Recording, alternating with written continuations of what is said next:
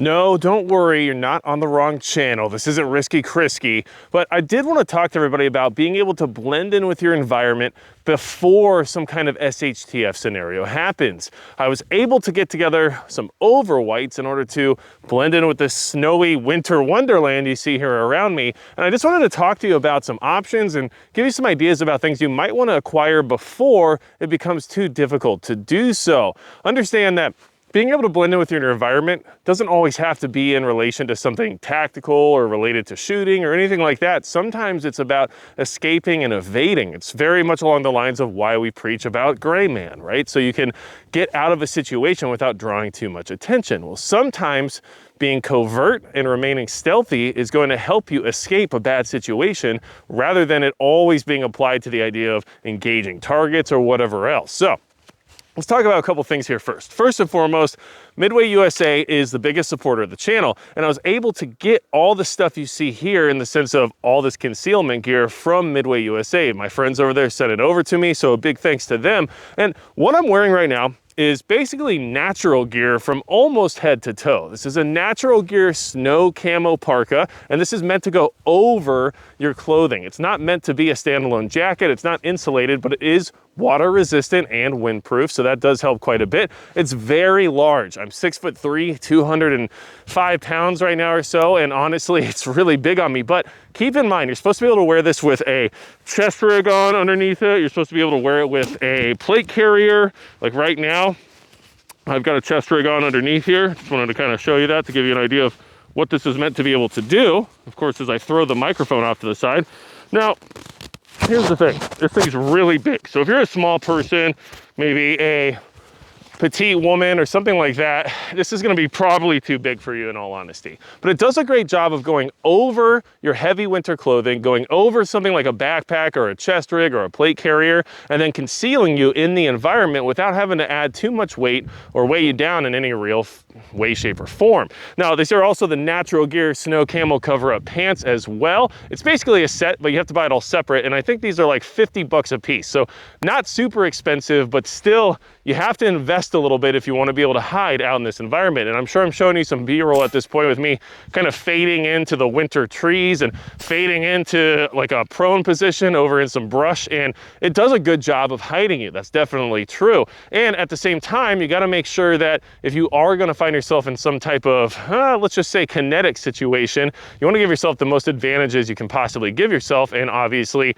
camouflage is a big part of that equation, but not all camouflage is created equal. And my typical, let's see, my TDU setup right now I got from 511 Tactical. That's G07. It's one of their camo patterns. It's kind of like multicam, but special to 511, but it was cheaper. So that's why I went with it. But either way, that's not going to do very good out here right now. Right now, what I need is this. So this is also the Natural Gear Snow Cover-Up Face Mask as well. This is a knit ski mask basically. It has the same snow pattern here on the front. So I'm trying to get as much coverage as I possibly can. And then these gloves are actually MidwayUSA elk fork gloves with the Real Tree AP snow camo pattern. And all of this together, I think, let's see, I mean, this is 50, 60 bucks a piece, I'm pretty sure. The mask was like $20. And when I say 50 or 60, I mean the jacket and the pants. Mask is about 20, 25 bucks. And then the gloves, I think, were about 25 bucks. So let's just say this whole getup is about 150 bucks. But 150 bucks gets you a lot of concealment in this type of environment.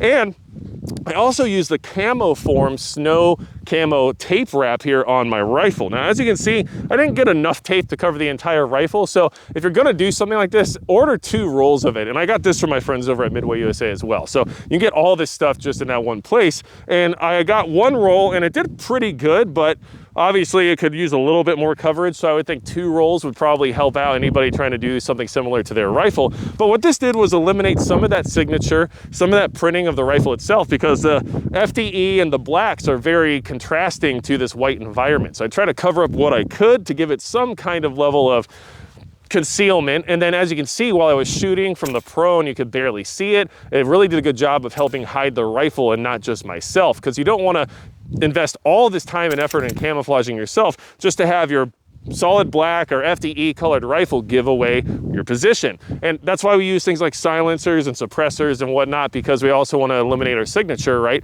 So same applies to this camouflage. Now, keep in mind, it's all based on environment. Do you live somewhere where it gets this snowy? Probably not. Look, it doesn't happen to everybody. This is kind of like a unique environment I'm in here.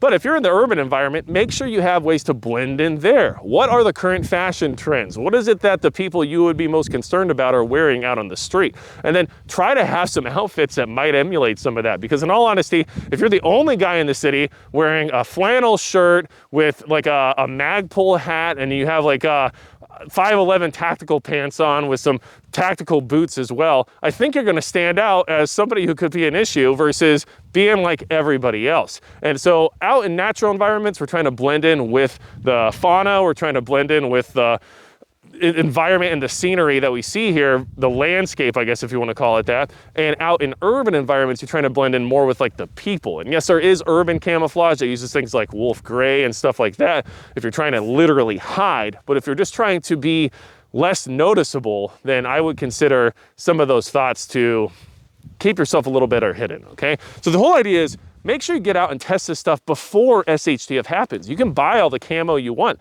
but if you don't go out into the environment you live in, if you don't go test it and you don't find out if the gear actually does what it's supposed to do, then you might throw it on because SHTF happened, walk out your front door, and suddenly you realize, crap, it's the middle of fall and I'm wearing something that's only really good for spring, and now everybody can see me because I'm like neon green when everything's brown, right? So these are things we have to consider ahead of time and then also test out. Because if I didn't come out here and do some shooting and then lay down in the snow and walk around in the brush and get covered in ice all day, then I wouldn't know if this exact getup would actually do anything for me or not. Maybe it's not the right pattern for this environment, but it seemed to do pretty good. And we're not looking for perfection here. We're looking for advantage. And that's exactly what this style of getup can get you. So like I said, I got all this at MidwayUSA. I appreciate them helping me out by supporting the channel and supplying this kind of gear and equipment, because this is the kind of stuff that we need to be talking about and figuring out before we run into a problem, AKA SHTF. Now,